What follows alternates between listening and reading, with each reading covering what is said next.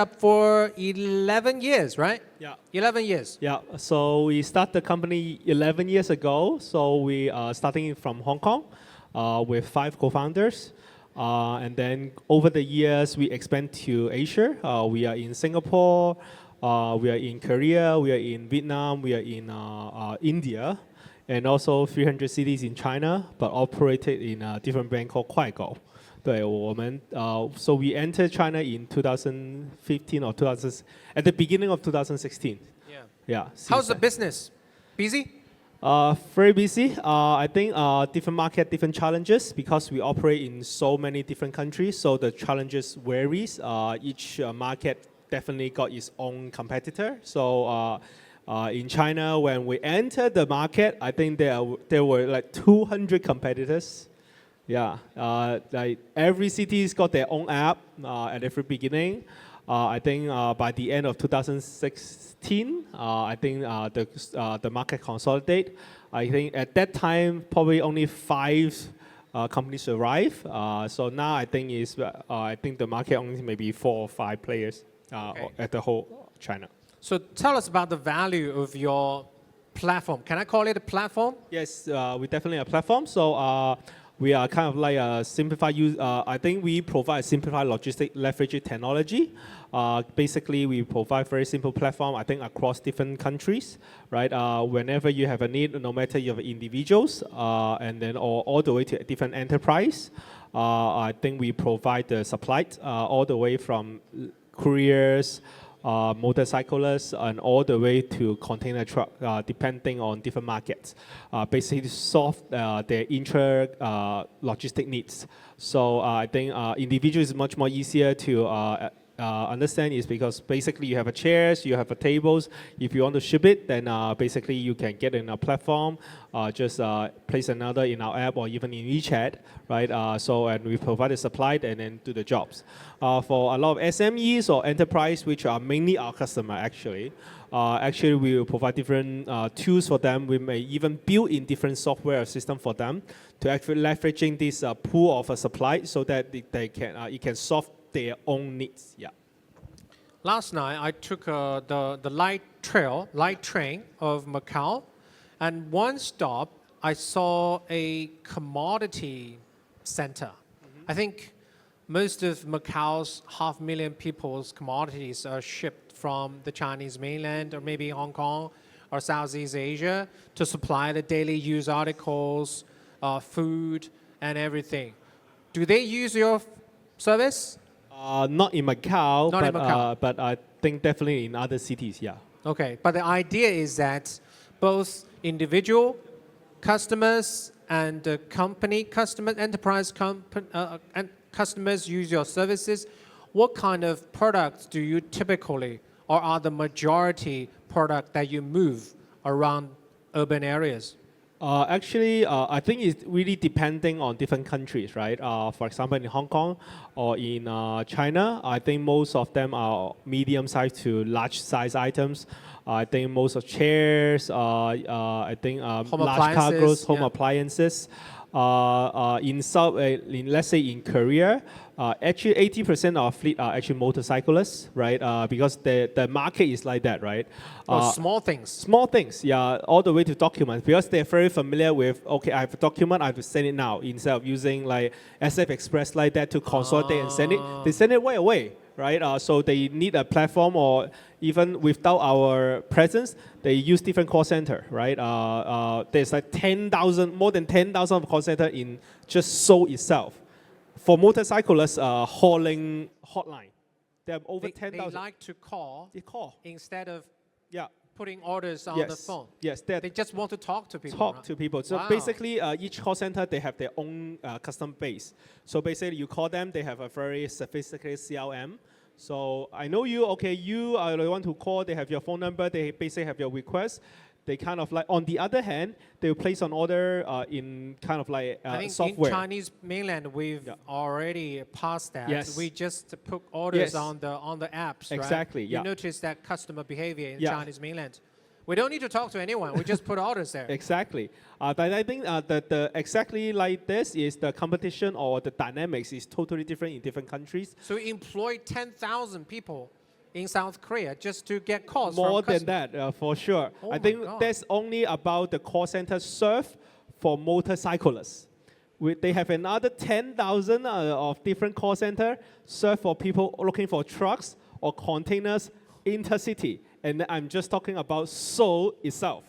It's not about Because talking Korean about- people love to stamp with their personal stamps, with their names on not it. and- necessary, but the riders or the truck drivers, they're actually using app to have the orders received. But I Ah. think it's just a placing order. They prefer to have that human connections. So that's And they're how, willing to pay for that. Yes. Ooh, Yes. that's different. Yes, it's the different market. dynamics. Yeah. Let's say in Vietnam, people love to use app like China, right? Okay. But I mean the dynamic is in China you shift the chair, you using tricycle maybe, right? At the most, yeah, like that's very old style. But in Vietnam, they can even ship chairs, a table only at the back of motorcycles, right? Oh, that's so too extreme. the dynamics is totally different in between different countries. Yes. Okay. Yeah. So your company is listed.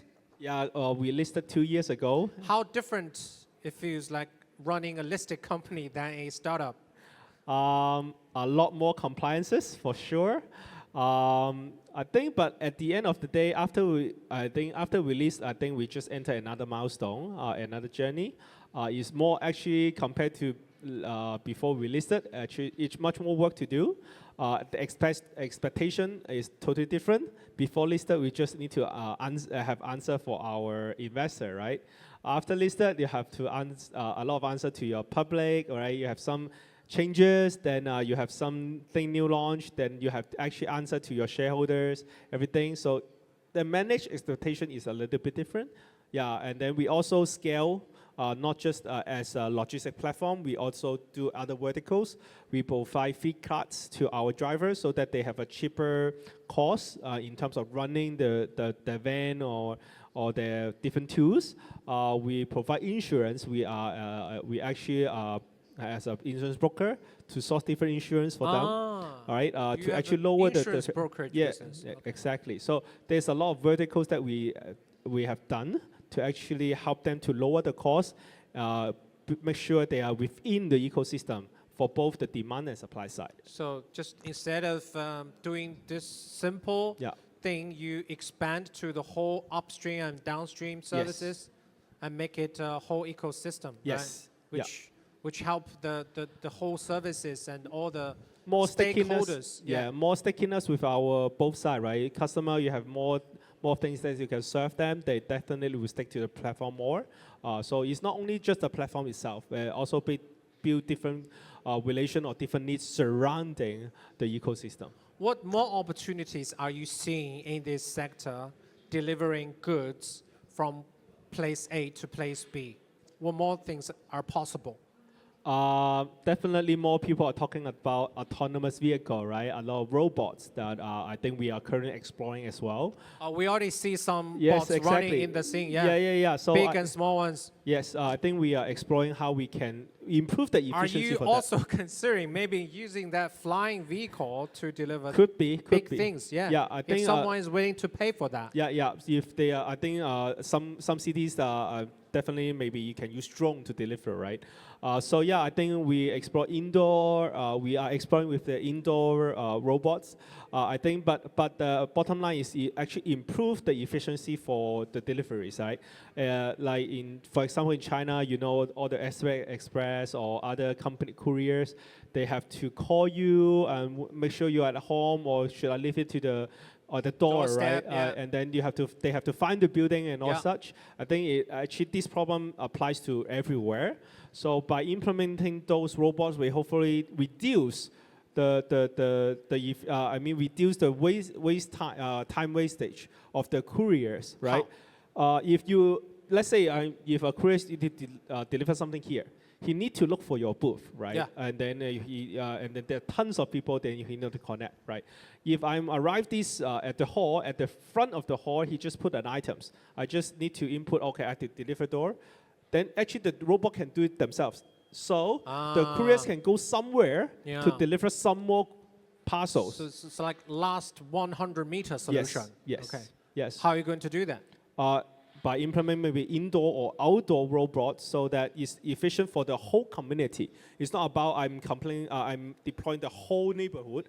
I think it's each area by each area to reduce the time of the couriers to have to look for the place or look for the recipients, something like that. Yeah. It's quite sophisticated, right? Yes. So this is all about the process, how to improve the efficiency, so that make sure the whole journey is much more seamless. Yeah. Complicated. It's software, hardware, a lot of innovation. Yeah. So in terms of stakeholders, I think the drivers or the truck owners are the biggest stakeholders. How are they going to benefit from joining your platform? So I think it's actually majority or I say half of the supplied the truck owners or individual, they definitely have their own orders, right? They have their own clients they have to maintain. A lot of them joining our platform is how to leverage the other free time, right? So I'm actually busy in between 9 to 3, but I'm free after 3. It's still about efficiency. Yes, Yeah. about efficiency. And then maybe I'm already going to point A. Is there any other orders are going to point A so that they can consolidate and earn more? Yeah. Yeah. So there's a lot of like this kind of play. Or if you don't have your own clients, it's okay. So I think it's leveraging our platform. We can do the whole route optimization for them to kind of minimize their own cost of running business. So there's a lot of angles depending on what kind of supplies are you in. Are you a freelancer? No, I don't have any fixed clients, so that I just go on a platform, I just earn my earnings. Or actually, I'm also a truck driver. I have my own clients. I'm kind of business runner. At the same time, I have an extra capacity that I can earn more by leveraging the platform. Instead of I spend a lot of marketing, a lot of negotiation, a lot of CS power to negotiate a deal. So this is something that I think the values that our platform provides. I'm imagining if I'm an affluent truck owner, right? Say I have a small company that owns 10 trucks, different sizes. I want to join your platform and get enough jobs and enough pays to raise the efficiency of my truck fleet. Is it possible to make a good profit out of it? Yes. Yeah? I think we are running it in Korea. We are running in India and even Vietnam. We are using that kind of model. Instead of we are working in just individual drivers, we also work with logistic companies because they have a lot more efficiency that can be leveraged, right? So actually in those area or different countries or cities, we are actually deploying that model. So we work with them together.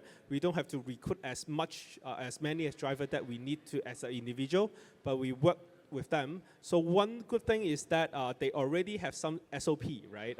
They have some professionalism on how to handle something. And know how the insights experience. Yeah. So they actually it's easier to work with them. Yeah, exactly. So that actually help us to reduce the training, right? And also the communication.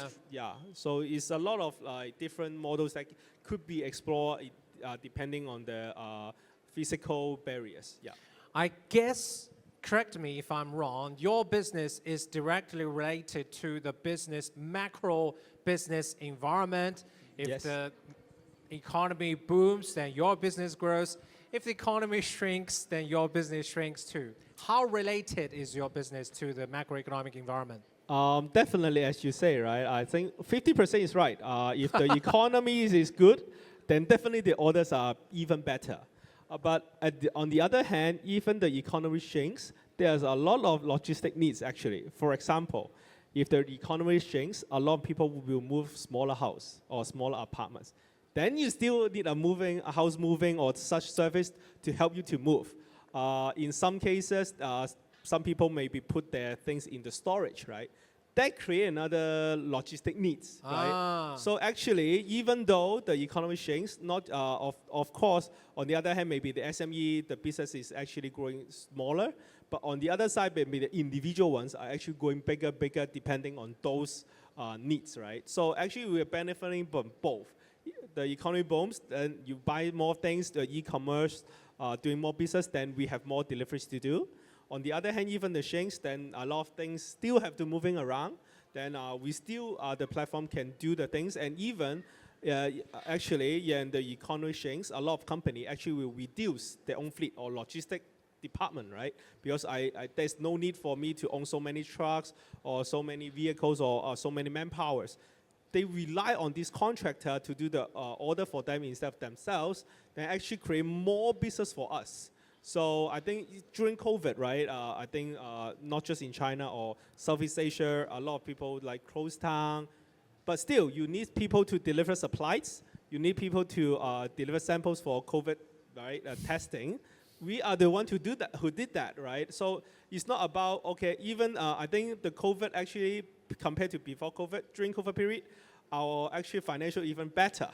It's not about we doing much more orders than whatever, is we create more values and doing different type of orders because we are a platform, we are able to deploy so many or deliver some more possibility for different governments to do or different enterprise to kind of like change, yeah, and switch. So no matter what happens, demand is always there. Yes. Yeah. Thank you. You're a very good business. Thank you. Thank you very Thank much. you so much. Yeah. Okay, thank you for sharing.